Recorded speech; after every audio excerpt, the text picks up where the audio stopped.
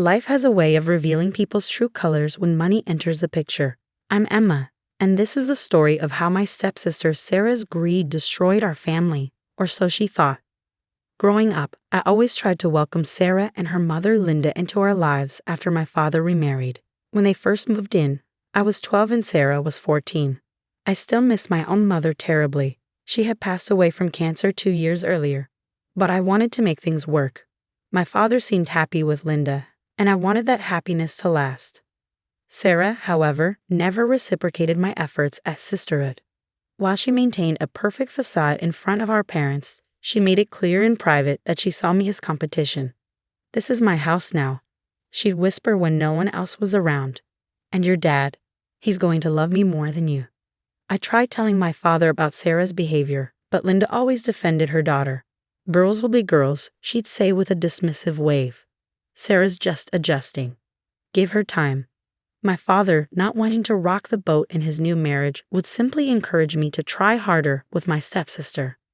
As years passed, I focused on my studies and building my own life. I graduated from business school and started working at a financial consulting firm, making my father proud. Sarah, meanwhile, bounced between jobs and relationships, always finding ways to extract money from our parents for her latest venture or crisis. My father's health began declining 3 years ago. What started as occasional fatigue progressed into something more serious. The doctors diagnosed him with a rare form of leukemia, and suddenly, our world turned upside down. I immediately shifted to working remotely so I could help care for him. During those long days at the hospital, I noticed Sarah's sudden increased interest in our father's affairs. She started spending more time in his hospital room, always shooing me away with claims of private conversations. Linda supported this, saying Sarah was finally bonding with her stepfather. What I didn't know then was that Sarah was carefully orchestrating my downfall. One evening, after a particularly long day at the hospital, I returned home to find my laptop missing from my room. I searched everywhere, but it had vanished. When I mentioned this to Sarah, she just shrugged, saying she hadn't seen it. 2 days later, my father called me into his hospital room. His face was ashen, and Linda stood by his bed, arms crossed and glaring at me. Sarah sat beside him, holding his hand, tears streaming down her face. "Emma," my father said, his voice weak but filled with disappointment, "Sarah showed me the evidence." "How could you?" "Evidence? What evidence?" I asked, genuinely confused. Sarah pulled out my missing laptop, opened it, and turned it toward me. On the screen were bank statements showing large transfers from my father's accounts to an offshore account in my name. My heart stopped. These were clearly fabricated, but they looked convincingly real. "I found this when I borrowed her laptop to check my email," Sarah said, her voice trembling with fake emotion. "I couldn't believe my sister would do this to you, Dad. I had to tell you." "That's not possible," I protested, my voice rising with panic. "Those statements are fake. Sarah stole my laptop. She must have fabricated this." Linda stepped forward, her face twisted with anger. "How dare you accuse my daughter when she's exposed your theft? We raised you better than this." "Dad, please," I begged, turning to my father. "You know me. I would never steal from you." "Sarah is lying." But my father's face had hardened. Years of Sarah's subtle manipulation had done their work, and now, in his weakened state, he was all too ready to believe the worst of me. "I already called my lawyer," he said quietly. "I'm changing my will. I can't trust you with my estate, Emma. Not after this." The room spun around me. Everything I'd worked for, every sacrifice I'd made, was crumbling because of Sarah's elaborate lie. I tried to explain, to defend myself, but Linda and Sarah had created such a convincing narrative that my protests only seemed to confirm my guilt in their eyes. "Get out," Linda snapped, pointing to the door. "You're no longer welcome here, you ungrateful thief." I looked at my father one last time, hoping to see some doubt, some willingness to hear my side. But he turned his face away, and in that moment, I knew I'd lost everything. As I walked out of the hospital room, Sarah followed me into the hallway. Once we were alone, our tears vanished, replaced by a triumphant smirk.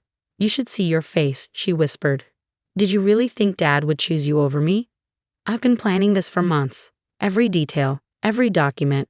Perfect, wasn't it? And now, everything that should have been yours will be mine." I stood there, my whole body shaking with anger and disbelief. "Why?" I managed to ask. I never did anything to hurt you. Sarah's eyes hardened. Because you existed. Because for years I had to watch you play the perfect daughter while I was always second best. Well, not anymore. I win, little sister. I win. I left the hospital that day with nothing but my purse and my car keys. Linda had already texted me, warning that if I returned to the house, she'd call the police. I checked into a hotel, my mind racing as I tried to process how quickly my life had fallen apart. That night, my father's lawyer called. In a cold, professional voice, he informed me that my father had signed a new will, leaving his entire estate, including the family home, his business shares, and all his investments, totaling roughly $4.8 million, to Sarah. I was completely disinherited. I spent hours staring at the hotel ceiling, replaying every moment, every interaction with Sarah over the years. All her little comments, her subtle manipulations had been leading to this. She'd played the long game, and I'd never seen it coming. But as I lay there, something my father had once told me came floating back. In business and in life, Emma, he'd said, always keep proof of your integrity. Sometimes the truth takes time to surface, but it always does. A small smile crossed my face as I remembered something else. Something Sarah didn't know about. My father's old safety deposit box at the bank. He'd given me access to it years ago, and inside was evidence that would turn Sarah's perfect plan on its head. But I had to be patient. Let Sarah think she'd won. Let her believe her victory was complete, because sometimes the sweetest revenge is the one you don't see coming until it's too late. Tomorrow, I would start gathering my resources and planning my next move. Sarah thought she'd taken everything from me, but she'd forgotten one crucial detail. I was my father's daughter, and he taught me well. This wasn't over. Not by a long shot. 3 months passed after my father's death. I spent that time living in a small apartment, carefully avoiding any contact with Sarah or Linda, while they basked in their apparent victory. Through mutual friends, I heard about their extravagant spending. Sarah had already started renovating the family home, replacing everything that held any memory of me or my mother. But today was the day everything would change. I sat in the bank manager's office, watching through the glass partition as Sarah and Linda strutted in, dressed in expensive new clothes bought with my father's money. They were here to access his safety deposit box, the one they'd only recently discovered existed after finding the key in his study. What they didn't know was that I'd already been here an hour earlier, speaking with Mr. Thompson, the bank manager who'd known my father for 20 years. Mrs. Walker, Miss Thompson, Mr. Thompson greeted them formally. Please follow me to the vault. I stayed out of sight as they disappeared down the hallway. The security camera feed on Mr. Thompson's desk showed them entering the vault area. I watched as he helped them locate the correct box and left them in the private viewing room. Standard procedure for safety deposit box access. Sarah's hands were practically shaking with excitement as she inserted the key. I could almost hear her thoughts. More hidden assets. Extra money. But when she opened the box, her triumphant smile froze. Inside was a single USB drive and a letter in my father's handwriting. The envelope read, "To be opened only in the presence of Emma Collins." Linda snatched the letter, her face reddening. What is this? Where's the rest? Sarah was already reaching to tear open the envelope when Mr. Thompson's voice cut through their confusion. I must ask you to stop immediately. That letter clearly states it requires Miss Collins's presence. This is ridiculous, Sarah snapped. I'm the sole heir. Everything of our fathers belongs to me now. That was my cue. I stepped into the viewing room, enjoying the way both their faces paled at the sight of me. Hello, Sarah. Linda. Surprised to see me? Linda recovered first, her shock turning to fury. How dare you come here? This is a private meeting. Actually, Mr. Thompson interjected, Miss Collins has every right to be here. She's still a registered holder of this safety deposit box. I walked over and picked up the envelope. Shall we see what Dad wanted to share with all of us? Sarah tried to grab the letter from my hands, but Mr. Thompson stepped between us. Miss Thompson, please remember you're on camera. Any aggressive action will be reported to the authorities. With trembling hands, I opened the envelope and began to read aloud. My dearest Emma, if you're reading this, then my worst fears have come true. I know about Sarah's plan to frame you for theft. I discovered her scheme weeks ago when I overheard her talking on the phone about forged bank statements. At first, I couldn't believe it. I wanted to confront her immediately, But then I realized this was my chance to know the truth about both my daughters. I decided to play along to see how far Sarah would go. The USB drive in this box contains security camera footage from my home office showing Sarah breaking in late at night, accessing my computer, and creating the fraudulent documents. It also has recordings of her phone conversations with a hacker she hired to create the fake bank statements. Emma, my brave girl, I'm so sorry for doubting you, even briefly. By the time you read this, I'll have already signed a new will, the real one, hidden with my lawyer, Mr. Davidson. The will Sarah thinks she benefits from is a fake, part of my own plan to expose her true nature. My entire estate, all $4.8 million, belongs to you, as it always should have. The will Sarah has is worthless. Love, Dad. The color drained from Sarah's face as I read. Linda gripped the table for support, her knuckles white. I looked up from the letter, meeting Sarah's terrified eyes. You really should have been more careful about where you made your phone calls, Sarah. Did you really think Dad's office wasn't monitored? You're lying, Linda sputtered. This is a trick. I pulled out my phone and played a video of security footage showing Sarah in our father's office late at night, hunched over his computer. Her voice came through clearly. Yes, I need the bank statements to look perfect. Emma has to lose everything. Sarah lunged for my phone, but Mr. Thompson was faster, stepping between us again. I've already sent copies of everything to the police, I said calmly. They're very interested in wire fraud and inheritance fraud cases, you know.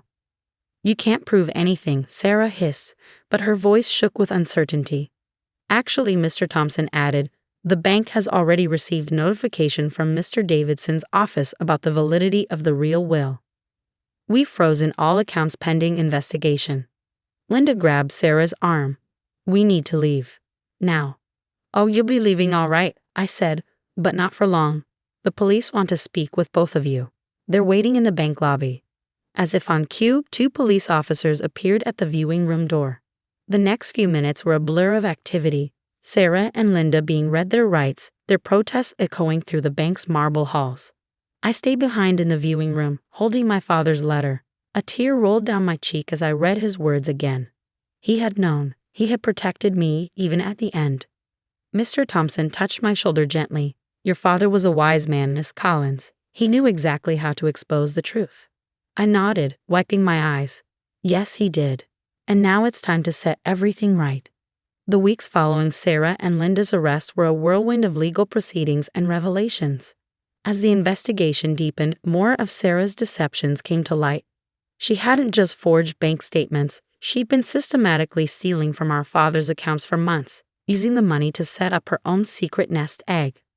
I sat in the courtroom, watching as Sarah's carefully crafted world crumbled around her. The evidence was overwhelming. The security footage, recorded phone calls, bank records showing her theft, and even testimony from the hacker she'd hired, who'd struck a plea deal to testify against her. Linda didn't fare much better. The investigation revealed she'd been fully aware of Sarah's plan, even helping to coordinate some of the theft. Her perfectly maintained facade of the caring stepmother shattered as prosecutors exposed her role in the scheme. During the trial, Sarah finally broke down on the stand. It wasn't fair, she screamed, mascara running down her face. She always had everything. Dad's love, his trust, his pride. Everything I wanted. I deserved that money. The judge was unmoved. Miss Thompson, your actions show a calculated effort to destroy your stepsister's life for personal gain. This court sentences you to 8 years in prison for fraud, theft, and conspiracy. Linda received 5 years for her role as an accomplice. As they were led away in handcuffs, Sarah turned to me one last time. I hate you, she spat. I've always hated you.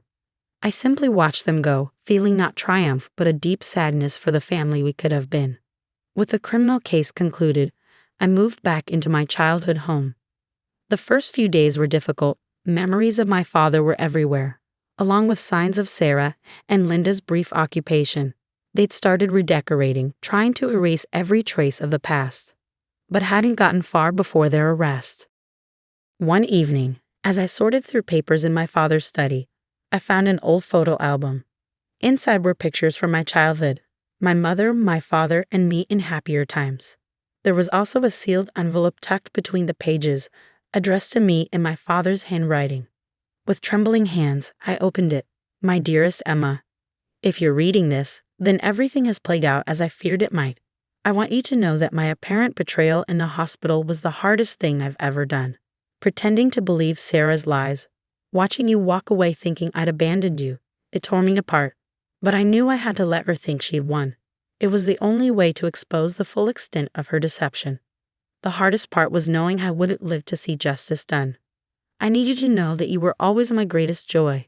You have your mother's strength and kindness, and I couldn't be prouder of the woman you've become. The way you handled this crisis, with dignity and patience, waiting for the truth to emerge rather than seeking immediate revenge, proves you're exactly the person I raised you to be.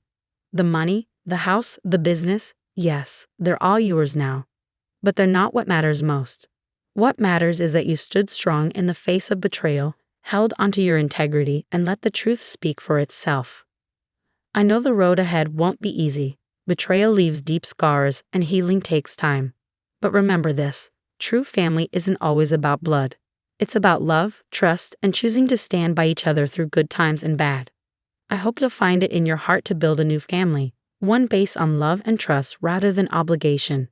You deserve that happiness, Emma. Don't let Sarah's actions poison your capacity to trust and love others. Take care of yourself, my brave girl. Know that your mother and I are watching over you, proud of the woman you've become. All I love, Dad. Tears flowed freely as I read his words. Even at the end, facing death and betrayal, my father had thought of my future happiness. He'd known that money wasn't what I really needed. I needed to know that he'd believed in me, trusted me, loved me. In the months that followed, I worked to rebuild my life. The family business thrived under my leadership, and I established a scholarship foundation in my father's name, helping students who'd lost parents to cancer. It felt right to create something positive from all the pain we'd endured. I also sought therapy to process the trauma of Sarah's betrayal. Slowly, I learned to trust again, to open my heart to new friendships and relationships. My father was right, family isn't just about blood. I built a new family of chosen people who supported and loved me for who I was. Sarah and Linda made several attempts to contact me from prison, sending letters filled with apologies and pleas for forgiveness. I didn't respond. Some betrayals run too deep for simple forgiveness, and some relationships are better left in the past. Instead, I focused on honoring my father's legacy through my actions. The money he left me became a tool for positive change rather than a source of conflict. In the end, that felt like the greatest victory, turning what Sarah had wanted to steal into something that helped others. Today, 5 years later, I still live in our family home, surrounded by memories of the parents who loved me and the lessons they taught me. The pain of betrayal has faded, replaced by gratitude for the wisdom my father showed in his final days.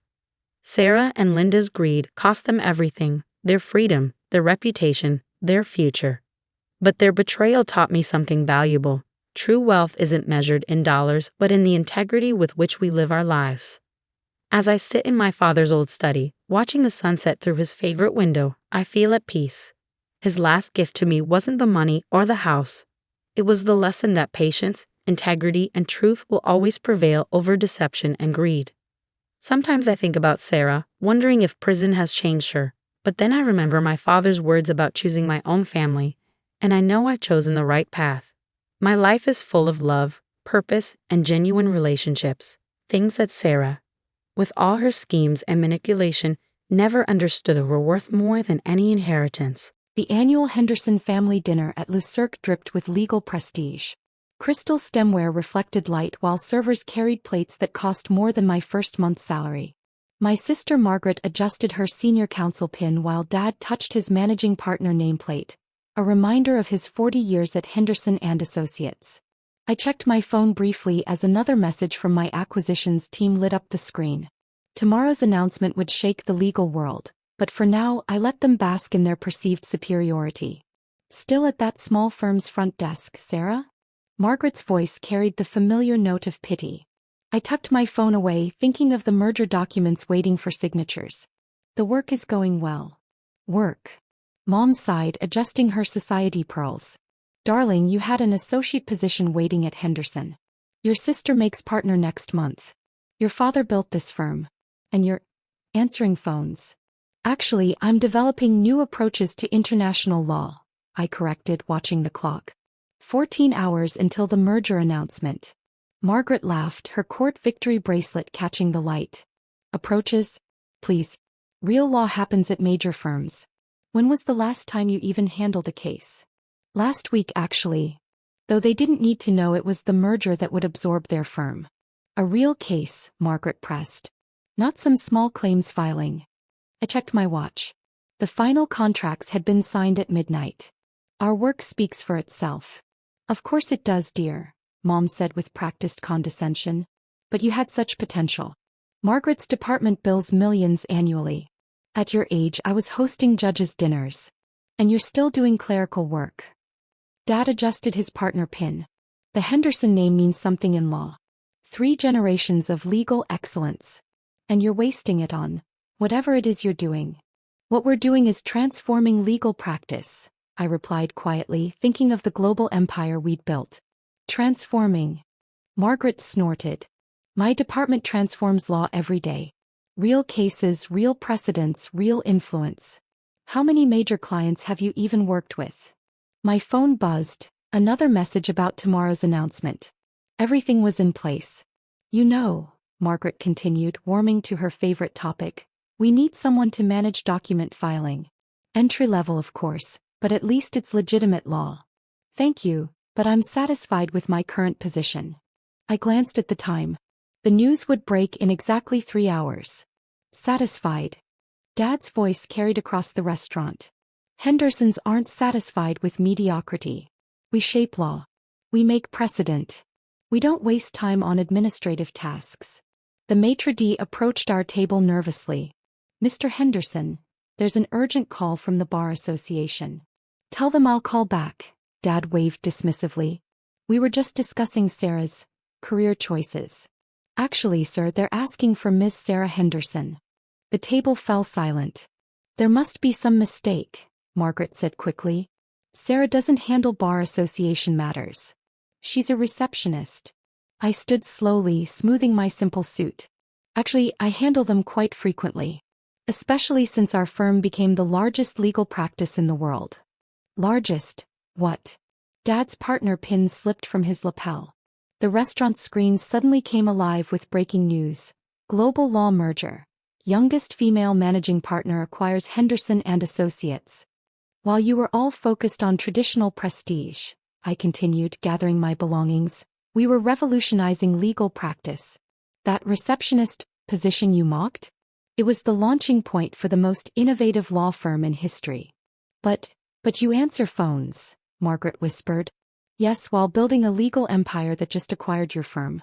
Now, if you'll excuse me, I have a press conference to prepare for. The media is waiting. The press conference venue buzzed with energy 3 hours later.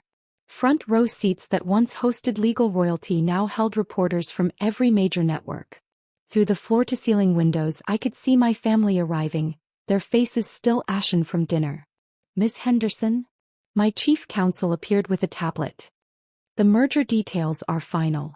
Would you like to review them before the announcement? I nodded, scanning the documents. While they'd been chasing billable hours, we'd been quietly revolutionizing legal practice.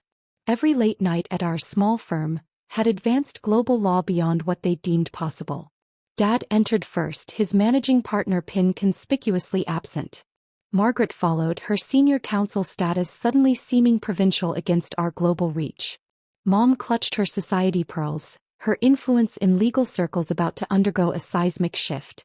Let's begin, I announced, taking the podium, a position Dad had dominated for decades. Today marks a new era in legal practice. The screens behind me lit up with our merger metrics. Dad's face tightened as he recognized innovative approaches he'd dismissed as amateur work years ago. This merger isn't just another acquisition, I continued. It's a complete reimagining of how law firms operate. Margaret shifted uncomfortably as my next slide showed our global impact. Traditional firms versus our new methods. The numbers were unprecedented. We've achieved what traditional firms couldn't, I stated, watching my sister's legal confidence crumble. More importantly, we've made justice accessible while maintaining excellence. Mom's perfectly manicured hands trembled. How many times had she bragged about Henderson and Associates' exclusive client list. Furthermore, I continued, we're implementing our innovative practice model worldwide. Every office, every jurisdiction will operate under our new approach. Dad touched his empty lapel nervously. He knew what this meant. This naturally changes the legal landscape, I announced. The traditional approach of hierarchical firms is obsolete. We've democratized legal excellence. But prestigious firms have always, Margaret started, been exclusive and inefficient? I finished. That ends today. Our metrics show better results than all major firms combined. The reporters and the legal world watching via livestream nodded in understanding. They'd seen the numbers. Questions? I asked, knowing there would be many. Dad raised his hand slowly, his legal authority visibly diminishing. The practice model is fully documented, I cut in. Every innovation, every approach, every success verified by bar associations worldwide. Margaret's face flushed. You can't possibly have built this from a reception desk. You're just a lawyer who revolutionized legal practice, I corrected.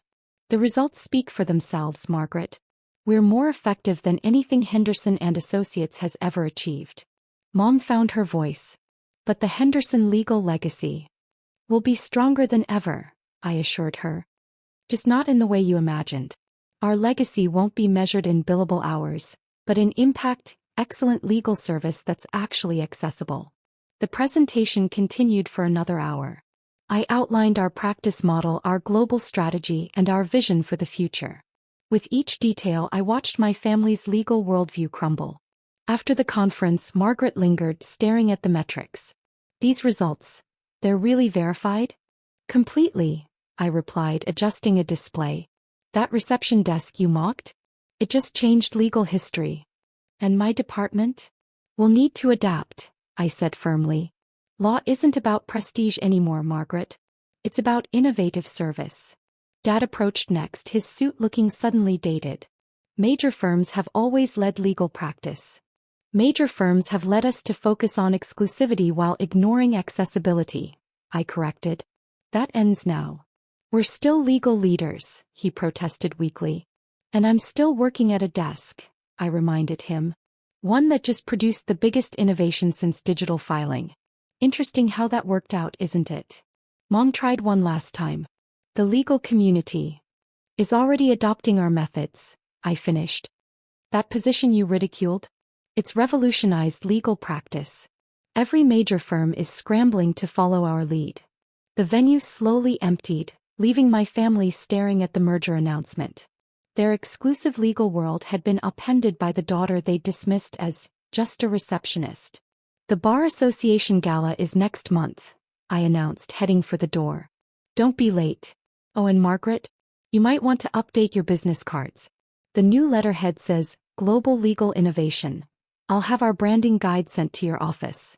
6 months later, I stood in my expanded headquarters, no longer a small firm, but a gleaming legal innovation center spanning 40 floors. The space that had once been mocked as reception work now housed the world's most innovative legal teams, all focused on revolutionizing global practice.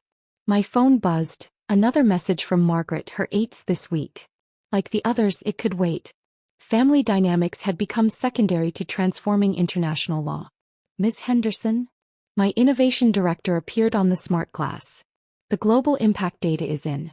Case resolution time has dropped 70% across participating jurisdictions. I nodded, reviewing the holographic statistics floating before me. Traditional law firms were rapidly becoming obsolete. The reception desk had proven what I'd known all along: legal excellence could be both innovative and accessible. Also, she added, your sister's department requested another meeting about our practice methods. Of course they did. Since the merger, Margaret had been desperately trying to align her team with our philosophy. Her traditional approach now seemed antiquated compared to our innovative methods. Schedule them for next week, I decided, after we announced the AI-assisted case management system. The door opened, admitting Mom in her newly acquired legal consultant outfit. Sarah, darling, these results are extraordinary. Just the beginning, I replied, manipulating a 3D model of our next innovation. Wait until you see what's coming. She watched the legal teams below, working seamlessly with our revolutionary systems. We never understood, did we? What you were building here. No, I agreed, marking another milestone in case resolution. You were too focused on prestige to see the future of legal practice. Your sister. Mom hesitated. Margaret's struggling with the new methods. Change is difficult, I acknowledged. Especially when you've built your career on an outdated model. But she's welcome to join our innovation program. The intercom pulsed. Ms. Henderson, the International Legal Summit is ready for your keynote. In the auditorium, my family sat among industry leaders and legal pioneers. Margaret looked uncomfortable in her visitor's badge, a far cry from her former senior counsel status. Dad kept touching his empty lapel, still processing how his receptionist daughter had transformed modern law. Let's begin, I announced, activating the holographic display. Today's topic: democratizing legal excellence. The space filled with real-time data from jurisdictions worldwide, showing the unprecedented success of our innovative approach. As you can see, I continued, traditional legal hierarchies were holding us back. By prioritizing accessibility over prestige, we've achieved what generations of law firms couldn't. Margaret stopped taking notes, her department's achievements suddenly seeming insignificant. Dad's hands trembled as impact data showed traditional approaches becoming professionally obsolete. Next quarter, I announced, we launched the Global Legal Initiative, bringing our methods to underserved communities worldwide. Mom's carefully maintained composure wavered. How many times had she dismissed my simple work as beneath the Henderson name? Questions? I asked, concluding the presentation. The room remained silent until Margaret raised her hand tentatively. Yes, Ms. Henderson? Your practice model. She began, her voice humbled. Would you teach me? I want to understand how you did this. I studied my sister, seeing genuine interest replace her legal arrogance. Of course. That's what innovators do. We share knowledge, we collaborate, we improve access to justice. The irony brought knowing smiles to my legal team's faces. After the summit, Dad lingered behind. Sarah, your innovation, it's more influential than our entire firm's history. That's why we're making it accessible, I replied. Law isn't about prestige anymore. It's about impact. Standing in my office later that evening, I watched teams of lawyers work on our next breakthrough, each one following the methodology that had revolutionized legal practice. The reception desk had become a beacon of legal innovation.